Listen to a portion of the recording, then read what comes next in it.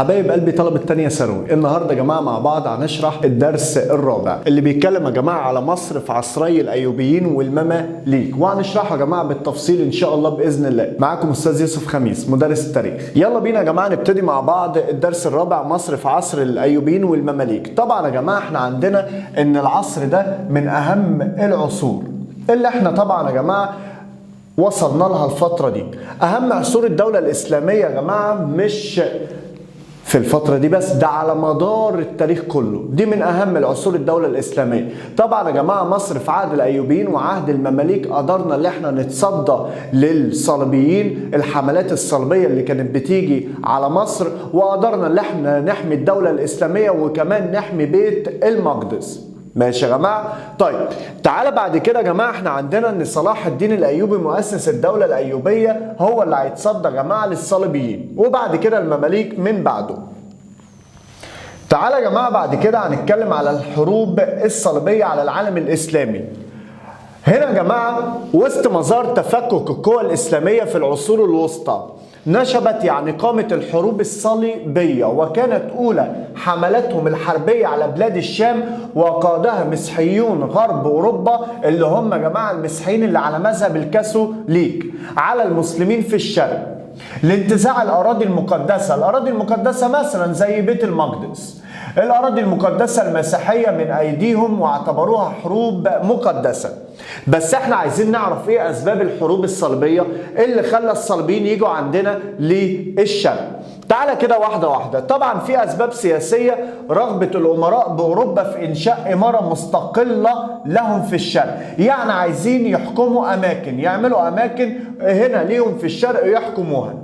دينية، رغبة البابوات بالغرب في الاستيلاء على الأراضي المقدسة في الشرق زي ما قلت لك كده بيت المقدس. ماشي؟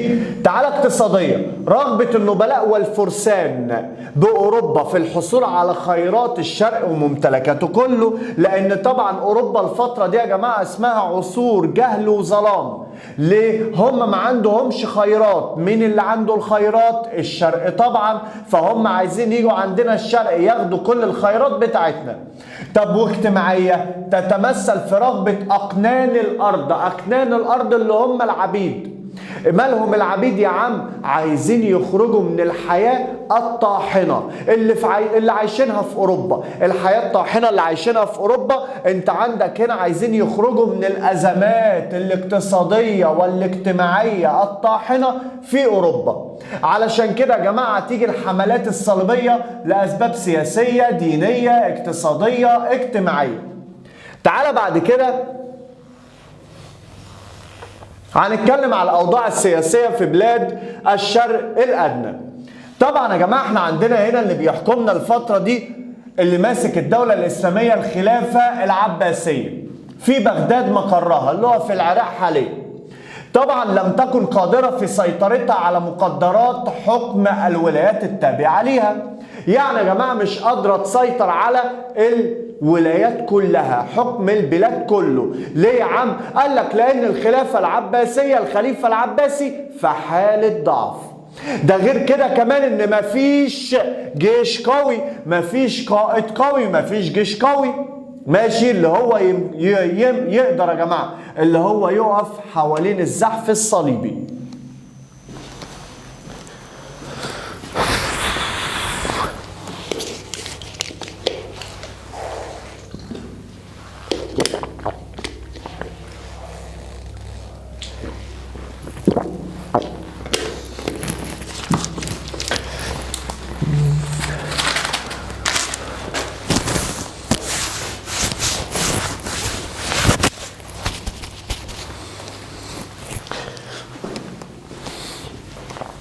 ده غير كده كمان يا جماعة ان مفيش جيش قوي تحت قيادة الخليفة يمكنه الوقوف في وجه الزحف الصليبي. ما عندناش يا جماعة ولا قائد قوي ولا جيش قوي اللي احنا نقدر يا جماعة نحمي الولايات بتاعتنا، الخلافة العباسية، الدول الإسلامية كلها.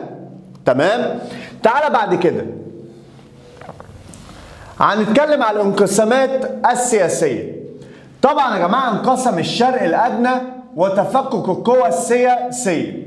طبعا عندك الدولة الفاطمية الشيعية في القاهرة في مصر، في دولة الشيعة اللي هم مسلمين على مذهب شيعي. وعندك الامارات السلجوقية في بلاد الشام، السلاجقة طبعا يا جماعة اللي هم جايين من تركيا، وده طبعا سهل للصليبيين احراز النصر في حملاتهم الاولى. وتعال نشوف ايه اللي هيحصل علشان تيجي الحملات الصليبيه. عندنا الدعوه للحملات الصليبيه. نجح البابا اوربان الثاني، بابا مسيحيين اوروبا اللي هم على مذهب الكاثوليك، في إثارة شعوب أوروبا بعد لجوء الإمبراطور البيزنطي للبابوية على أثر هزيمته في معركة منزكرت، وشن حملات صليبية ضد العالم الإسلامي. بعد يا جماعة ما الإمبراطور البيزنطي انهزم في معركة منزكرت، طلع يجري على البابا. هنا السياسة اندمجت مع الدين.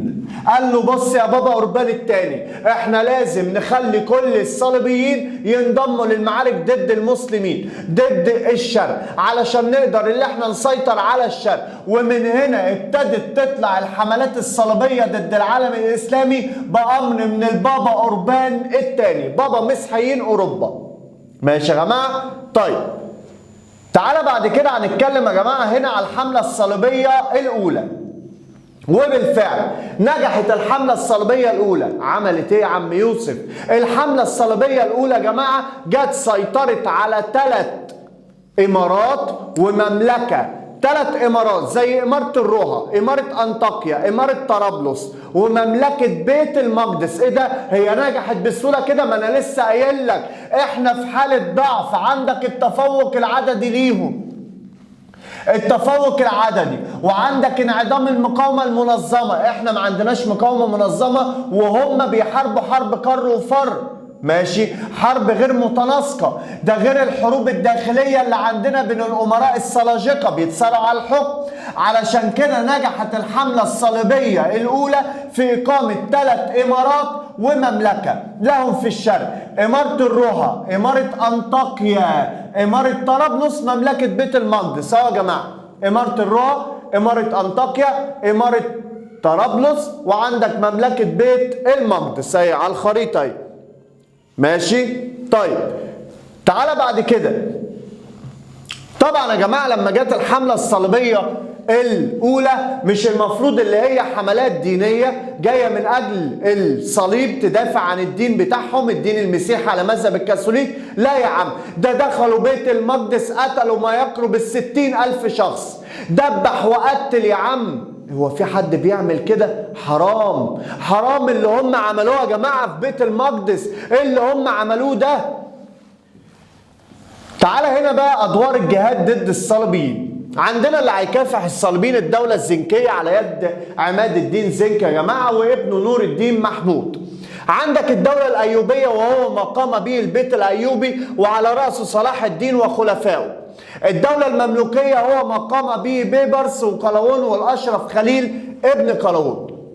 طيب تعالى هنا بقى نتكلم على دور الدولة الزنكية وابنه نور الدين محمود. عماد الدين زنكي ده أحد أتابكة السلاجقة، يعني أحد قادة السلاجقة. طب عماد الدين زنكي ده هو مكانته إيه؟ قال لك ده عامل حاكم الموصل، أمير على الموصل. أدرك طبعا إن الوحدة السبيل الوحيد لطرد الصليبيين، يعني لازم المسلمين كلهم يتوحدوا علشان نقدر نطرد الصليبيين من الشرق. وبالفعل قدر يا جماعة إنه يضم حمص وحلب وحماه. ده كمان استرد إمارة الروها من مين؟ من الصليبيين اللي سيطروا عليها في الحملة الصليبية الأولى. ده كمان يا جماعة هنا اتقتل خيانة، استشهد على يد أحد مماليكه، ماشي، اللي هو من القادة بتوعه، وترك مهمة النضال والكفاح لابنه نور الدين محمود. طب تعالى يا عم، نور الدين محمود عمل ايه؟ نور الدين محمود تولى مهمة النضال والكفاح ضد الصليبيين علشان طبعا يا جماعة يحافظ على الشرق بعد استشهاد أبوه عماد الدين زنكي. تطلع إلى ضم مصر لأنه أدرك أهمية موقعها وإمكانياتها البشرية والمادية، لذلك استغل فرصة النزاع ما بين الوزيرين شاور ودرغام شاور ودرغام دول موجودين في مصر في الدولة الفاطمية، بس الاتنين بيتصارعوا على الحكم. صلي على النبي كده وركز معايا. شاور ودرغام موجودين في الدولة الفاطمية، والاتنين يا جماعة بيتصارعوا على الحكم. شاور استعان بمين؟ شاور استعان بنور الدين محمود عشان يقدروا على درغام. تمام؟ وعندك درغام استعان بمين؟ استعان بعموري ملك بيت المقدس، وبالفعل نور الدين محمود بعت القائد بتاعه اسد الدين شيراكو، وكان معاه كمان صلاح الدين الايوبي. ومن هنا يا جماعه قامت المعركه. نور الدين محمود الجيش بتاعه انتصر على عموري ملك بيت المقدس على درغام. بعد كده يا جماعه عندك اسد الدين شيراكو مات. مين يمسك؟ صلاح الدين. بس صلاح الدين يا جماعه يستغل الفرصه ويسقط الخلافه الفاطميه الشيعه ويرجع مصر للخلافه العباسيه على المذهب السني، على مذهب الرسول صلى الله عليه وسلم. عشان كده يا جماعه لولا صلاح الدين الايوبي كان زمان مصر دلوقتي على مذهب شيعه. تعالى بعد كده توفي نور الدين محمود، فأصبح صلاح الدين هو السلطان الفعلي لمصر، وأخذ على عاتقه مواصلة الكفاح ضد الصليبيين، ويبدأ دور الدولة الأيوبية. طبعا يا جماعة معلومة إسرائيلية هنا إن جت الحملة الصليبية الثانية، تصدى نور الدين محمود للحملة الصليبية الثانية التي جاءت بقيادة كونراد الثالث إمبراطور ألمانيا ولويس السابع ملك فرنسا لاسترداد الرها، والتي فشلت في تحقيق أهدافها، ما عرفوش يرجعوا الرها. تعال بعد كده ناخد دور الدولة الأيوبية على يد صلاح الدين الأيوبي.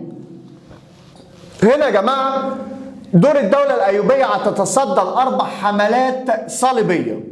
تعال نشوف هنا دور صلاح الدين الأيوبي ودور الدولة الأيوبية في مكافحة الصليبيين. طبعا يا جماعة انت عندك دلوقتي ان صلاح الدين الأيوبي لازم يوحد المسلمين علشان يواجه الصليبيين، يوحد المسلمين اللي في الشام، اللي في الجزيرة العربية، اللي في العراق، اللي في مصر، لازم يوحدهم عشان نقف ضد يا جماعة الصليبيين. ومن هنا هيمر بمرحلتين، الأولى مرحلة دفاع، وبالفعل يا جماعة قدر يمر بمرحلة الدفاع علشان يعرف قدرتهم وإمكانياتهم في الحرب، واشتبك معاهم في معارك محدودة، معارك بسيطة زي معركة الشوبك والكرك.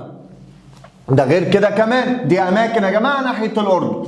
ده غير كده كمان بيأمن القوافل ما بين مصر والشام، وبيأمن طريق الحج، طريق الحجاج. وعقد هدنة مع ملك بيت المقدس الصليبي اسمه بلدوين الرابع. قال له بص يا بلدوين، ولا تحاربني ولا حربك. هنا الهدنة دي مدتها كام سنة؟ مدتها يا جماعة 5 سنين. ولا تحاربني ولا حربك. الهدنة عملها مع بلدوين الرابع ملك بيت المقدس. ومن هنا يا جماعة علشان يتفرغ لتوحيد القوى الإسلامية تحت زعامته. وبالفعل يا جماعة صلاح الدين الأيوبي قدر يقوي الدولة الأيوبية. هناخد طبعا هنا موقعة حطين. السبب المباشر للمعركة، أعلن صلاح الدين الجهاد ضد القوى الصليبية، وقام بتحرك تعبئة شاملة لجميع قوى المسلمين وكافة مواردهم البشرية والمادية والمعنوية. قام أرناط أو رينو شاتيو أمير حصن الكرك، أرناط ده صليبي التابع للمملكة بيت المقدس، باتباع سياسة استفزازية. السياسة الاستفزازية عمل ايه يعني أرناط؟ قال لي والله هنا يا جماعة بلدوين عامل هدنة مع صلاح الدين الأيوبي، ولا حربك ولا تحاربني. ولكن أرناط اتبع سياسة استفزازية. عملت ايه يا أرناط؟ خرق الهدنة، اتعدى على الهدنة اللي معمولة، أخذ يهاجم قوافل المسلمين، وكان ينوي. بتنوي على ايه يا عم؟ وكان ينوي يا جماعة الاستيلاء على مكة والمدينة. فهنا بقى فصار هذا السلوك صلاح الدين، السلوك ده بتاع أرناط زعل صلاح الدين الأيوبي. ومن هنا يا جماعة قال لك فأرسل صلاح الدين إليه بأن يرد ما استولى عليه من مال المسلمين وإطلاق سراح الأسرى، فامتنع. تمام، امتنع.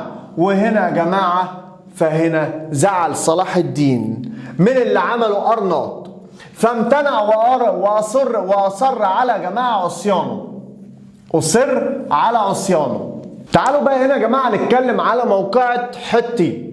السبب المباشر للمعركة، طبعا انت عارف ان صلاح الدين الايوبي عمل هدنة مع مين؟ مع بلدوين الرابع. الهدنة دي ولا تحاربني ولا حاربك لمدة 5 سنين. بس طبعا امير حصن الكرك ده المكان اللي تابع للصليبيين، امير حصن الكرك ارناط كان ليه وجهة نظر تانية وعمل على خرق الهدنة. ليه؟ اتبع سياسة استفزازية، استفز صلاح الدين الايوبي. عمل ايه يعني؟ هجم على الحجاج وقال لك انا عايز كمان اخد مكة واخد المدينة. هجم على الحجاج، سرق الحاجة بتاعتهم واخد منهم اسرى وفي ناس اتقتلت منهم. فصلاح الدين الايوبي قال له رجع يا حبيبي الحاجات الاسرى اللي عندك والحاجات اللي انت سرقتها علشان ما نزعلش من بعض. ولكن يا جماعه فضل مصر اللي هو يا جماعه ما يرجعش الحاجه لصلاح الدين الايوبي. ومن هنا صلاح الدين الايوبي جهز جيشه واخد نذر عليه على نفسه، قال لك والله لا اقطع عنق ارناط، عذبح ارناط. وبالفعل يا جماعه هنا أعلن صلاح الدين الجهاد ضد القوى الصليبية، وقام بتحرك تعبئة شاملة لجميع قوى المسلمين وكافة مواردهم البشرية والمادية والمعنوية. قام أرناط اللي هو رينو شاتيو أمير حصن الكرك التابع لمملكة بيت المقدس باتباع سياسة استفزازية. كان بلدوين الرابع ملك بيت المقدس عقد هدنة مع صلاح الدين، ولكن أرناط خرق الهدنة وأخذ يهاجم قوافل المسلمين وكان ينوي للاستيلاء على مكة والمدينة، فصار هذا السلوك صلاح الدين. السلوك ده زعل صلاح الدين، ماشي؟ فعندك يا جماعة صلاح الدين بعت له رسالة، قال له ايه؟ رد اللي انت استوليت عليه من مال المسلمين واطلاق سراح الأسرى. فامتنع وأصر على عصيانه، فنظر السلطان صلاح الدين وأقسم أن يريق دمه بيده. وكانت هذه هي الفرصة التي ساعدت صلاح الدين على الدخول في معركة مع الصليبيين. تعال نشوف التخطيط للمعركة. صلاح الدين تقدم صلاح الدين بجيشه نحو الأردن واستولى على بحيرة طبرية اللي فيها مية عذبة. هيعمل زي ما المسلمين أيام الرسول صلى الله عليه وسلم عملوا يا جماعة في غزوة بدر. وعندما قامت قوات الجيش الصليبي بقيادة ريموند الثالث باجتياز الضرب الواقع عند مرتفعات حطين، لأن حطين كمان أغلبيتها جبال، أوقفهم ومنعهم من الوصول لماء البحيرة، فاشتد بهم الظماء أشد أنواع العطش، وفرغ ما معهم من ماء، معهمش مية يشربوا، وأخذتهم مهام المسلمين وأكثروا فيهم الجرحى والقتال، لأن طبعا احنا خليناهم عطشانين جدا جدا جدا.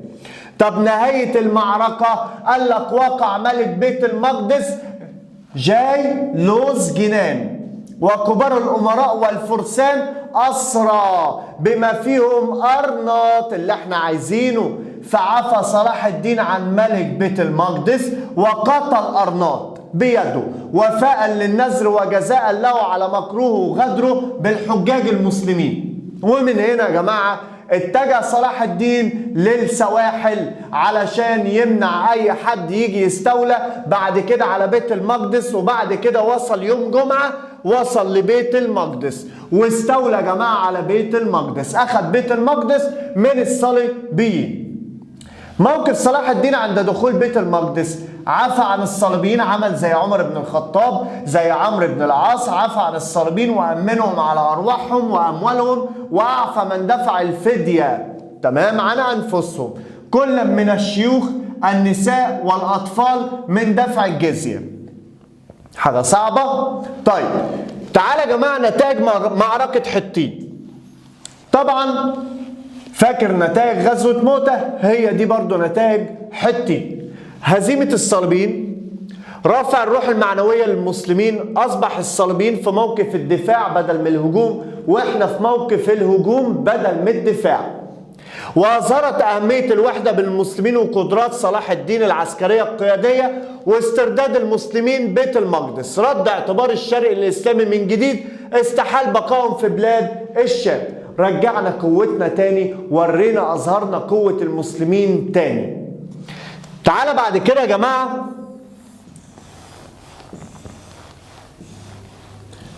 الحملة الصليبية الثالثة جت في عهد صلاح الدين الأيوبي. أسباب الحملة الصليبية الثالثة: عايزين يستردوا بيت المقدس، يسيطروا على بيت المقدس، فجم بكل قواتهم. مين اللي جه؟ ريتشارد قلب الأسد ملك إنجلترا، فيليب أغسطس ملك فرنسا، فريدريك بربروسا ملك ألمانيا. نتائجها فشلت بفضل مقاومة صلاح الدين الأيوبي، وانتهت بعقد صلح اسمه صلح الرملة بين الطرفين. طب الصلح ده بيقول ايه؟ احتفظ المسلمين ببيت المقدس، وأن يكون للصليبيين الحق في تأدية الحج، اللي هم يجوا يحجوا في بيت المقدس براحتهم في كنيسة القيامة، يجوا براحتهم.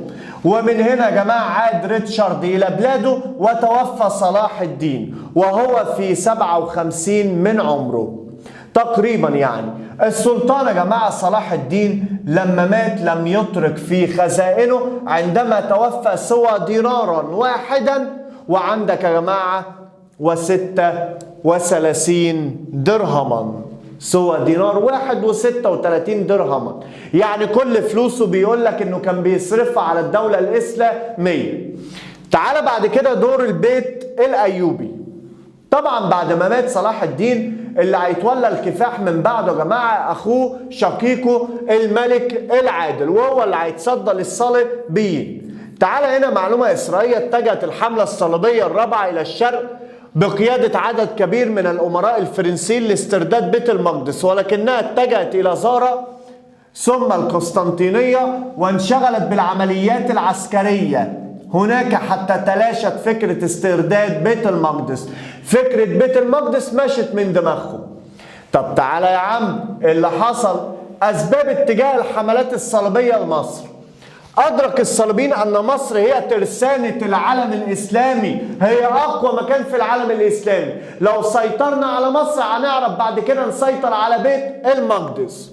ومن هنا يا جماعة قال لك ان مصر هي ترسانة العالم الاسلامي، وقلعت التصدي لطموحاتهم في الاستيلاء على بيت المقدس والمشرق.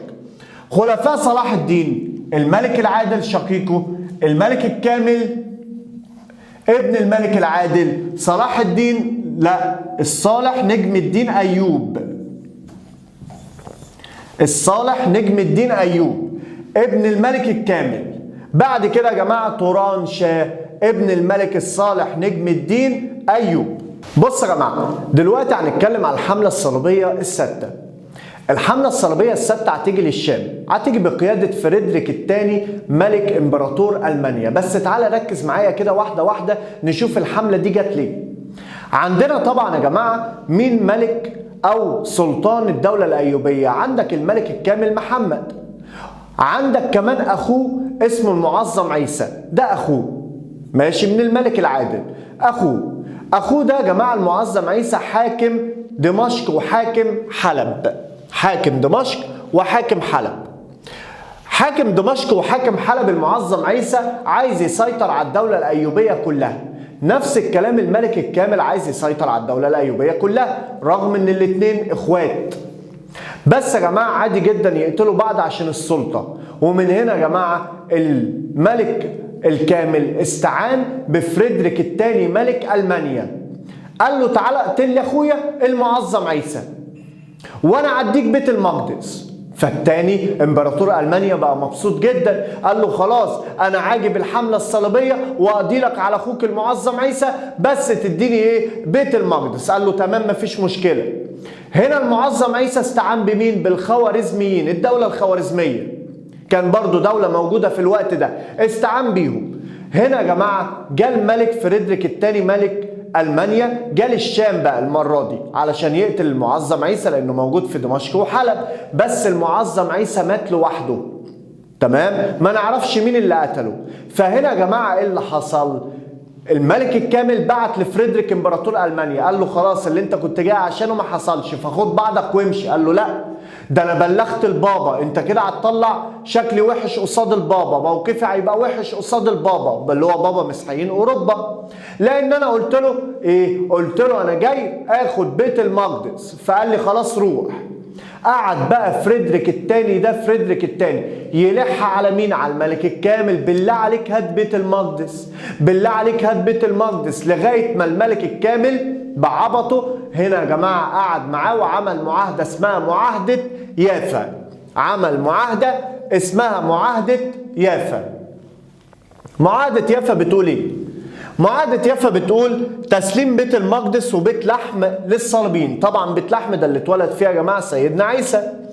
ويبقى للمسلمين منطقة المسجد الأقصى. ولكن يا جماعة أثارت المعاهدة دي غضب المسلمين لتفريط السلطان الكامل في بيت المقدس. ودي معلومة إسرائيلية، بيقول لك إن المعظم عيسى ملك دمشق شقيق الملك الكامل. تعال بعد كده هنتكلم عن الحملة الصليبية السبعة اللي هتيجي برضه يا جماعة من البحر المتوسط، هتيجي يا جماعة من عند جزيرة قبرص زي الحملة الصليبية الخمسة. هيجوا يا جماعة دلوقتي بقيادة لويس التاسع ملك فرنسا. هيجوا ليه؟ علشان يسيطروا على مصر، ومن مصر ياخدوا بيت المقدس بعد كده. وبالفعل يا جماعة جت الحملة الصليبية السبعة بقيادة يا جماعة لويس التاسع. كان مين الملك بقى وقتها؟ مات الملك الكامل، مسك ابنه الصالح نجم الدين أيوب. لويس التاسع يا جماعة ملك فرنسا وصل إلى دمياط، فأسرع الملك الصالح نجم الدين أيوب. كان موجود فين؟ كان موجود في الشام. وهو جاي في الطريق توفي، فقامت زوجته، القصة اللي كلنا عارفينها، زوجته شجرة الدر أخفت هذا الخبر. والتاريخ حفظ الموقف ده ليها طبعا، لأن هي أخفت خبر وفاة زوجها الصالح نجم الدين أيوب. وجابت ابنه طوران شاه، وجابت بيبرس، علشان دول اللي يتولوا المسؤولية ضد الحملة الصليبية السبعة. ويفضل الجنود الجيش الدولة عندها روح معنوية عالية جدا. ماشي يا جماعة؟ طيب هنا ايه اللي حصل؟ عندك يا جماعة أخفت خبر وفاة زوجها واستدعت ابنه طورانشاه وانتصر على الصليبيين بقيادة طبعا بيبرس البندقداري اللي هو بيبرس على الصليبيين، انتصر عليهم في المنصورة. ثم وقع لويس التاسع في الأسر بعد معركة فرسكور بقيادة طورانشاه وسجن حتى عقد صلحا مع طورانشاه بعد دفع نص الجزية. يعني لويس يدفع نص الجزية علشان يمشي. ماشي يا جماعة؟ طيب سقوط الدولة الأيوبية. ولم يلبث طورانشاه أن قتل عام 648 هجريا، وترتب على قتله يا جماعة سقوط الدولة الأيوبية وقيام دولة المماليك في مصر والشام والحجاز، وذلك بعدما أعلنت شجرة الدر سلطانا على مصر والشام. ولكن طبعا ما ينفعش ان امرأة اللي تحكم. ماشي؟ بالرضا هنا المماليك يا جماعة قال لك ان شجرة الدر لازم تتجوز، فاتجوزت طبعا يا جماعة عز الدين أيبك. ومن هنا عز الدين أيبك بقى هو يا جماعة حاكم دولة المماليك، ومن هنا سقطت الدولة الأيوبية وقامت الدولة المملوكية. وعز الدين أيبك طبعا يا جماعة لقب بالمعز. تعال نشوف هنا الدولة المملوكية دورها ايه علشان تحمي المسلمين. دور الدولة المملوكية، دور الدولة المملوكية استأنفت دولة المماليك بعصريها البحرية والبرجية الجهاد، وسخرت مصر جميع إمكانياتها المادية والبشرية علشان تواجه طبعا يا جماعة المغول اللي هم بيهجموا على العالم الإسلامي. استأنفت طبعا الجهاد ضد الصليبيين الموجودين في بلاد الشام. استطاع فيما بعد من إخضاع جزيرة قبرص، ودانت لهم جزيرة رودس. دانت لهم يعني بالدين لهم بالولاء من خلال المعاهدات السلمية اللي أنا أفضل أدفع لكم الجزية، أفضل أدفع لكم الضريبة، وأنا ولائي ليكم يا مسلمين. دي جزيرة اسمها جزيرة رودس في البحر المتوسط. ماشي يا جماعة؟ طيب تعالى بعد كده السلطان سيف الدين قطز. السلطان سيف الدين قطز والتصدي للمغول. بعد مقتل عز الدين أيبك يا جماعة أسرع المماليك بتولية ابنه ليحل ظاهريا محل أبيه. ولكن عمر السلطان يا جماعة الملقب اللي هو المنصور علي بن أيبك كان عمره صغير، كان ما يقرب عنده 9 سنين كده ولا حاجة. هنا طبعا ما ينفعش يحكم، فمين اللي هيحكم نيابة عنه؟ قطز. ماشي؟ اللي هو سيف الدين قطز أحد الأتابكة يعني القادة، ونائب للسلطنة، نائب ليه دراعه اليمين. وفي تلك الأثناء تمكن المغول بقيادة الإمبراطور بتاعهم هولاكو من دخول بغداد وتدميرها وقتل الخليفة المستعصم بالله خليفة الدولة العباسية. وتقدم جيش المغول نحو بلاد الشام فاستولى على حلب ودمشق، استولى على حلب ودمشق، واخذ يستعد للزحف نحو مصر وتدميرها. لازم يجي على مصر لان اقوى مكان مصر. رسالة هولاكو الى قطز، قال له يا قطز اديك شفت يا حبيبي اللي حصل في غيرك، فاتعظ باللي حصل في غيرك وسلم نفسك يا قطز، بدل ما اجي واقضي عليك وتقول يا ريتني كنت سلمت نفسي. قطز يعمل ايه؟ ياخد الاسرى، تمام، ياخد اللي جم بالرساله ياخدهم اسرى ويذبحهم، تمام، يقطع رؤوسهم ويعلقهم يا جماعه في شوارع القاهره، علشان دي حاجه تدي للناس روح معنويه، طبعا دافع تخلي الناس يبقوا يحسوا بقوتهم، تمام. فانت عندك هنا يا جماعه عندك ايه اللي حصل بعد كده؟ موقف قطز من تلك الرساله.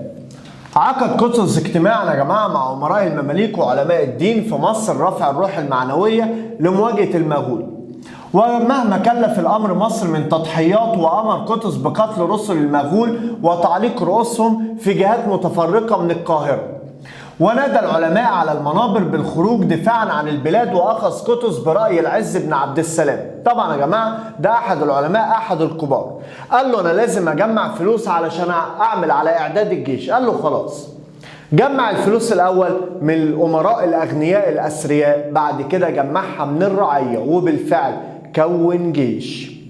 بس هنا قطز قال ايه؟ انا مش هفضل موجود في مصر مستني الجيش، انا هاخد بعضي واروح للشام احارب المغول بنفسي. وبالفعل يا جماعه هيروح وهتحصل حرب اسمها حرب عين جالوت. خرج قطز على راس جيش من مصر في اتجاه الشام، واتفق مع الصليبيين على التزام الحياد والسماح لقواته بالمرور، يعني قال للصليبيين محدش يجي جنب القوات بتاعتي. وبالفعل الصليبيين التزموا يا جماعه بهذا الاتفاق. التقى الجمعان المغول والمسلمين في معركه عامه عند عين جالوت احدثها. طبعا هنا يا جماعه احداث المعركه ان المغول طبعا في الاول هم عدد اكبر، وهنا المغول في الاول هم منتصرين. انقض المغول على المصريين في بادئ الامر، فاضطرب المسلمين، وعندما ذلك القى السلطان قطز خسته من راسه، وقعد يقول يا جماعه انصر عبدك الفاني يا الله، انصر عبدك قطز الفاني، انا كده كده منتهي فانصرني يا الله. واسلاما واسلاما، الله اكبر، انصر عبدك الفاني يا الله. ومن هنا دخل المعركه، انقضوا على المغول، فابتدينا نهزم المغول. وقاد الهجوم بنفسه على العدو، والتفت حول القوات المصريه وحملوا على المغول، مما جعلهم يفقدون صوابهم ويتكبدون خسائر جسيمه كبيره. فقد قتل معظم جيشهم وقائدهم كتبغى، ولجأ الباقون الى الفرار.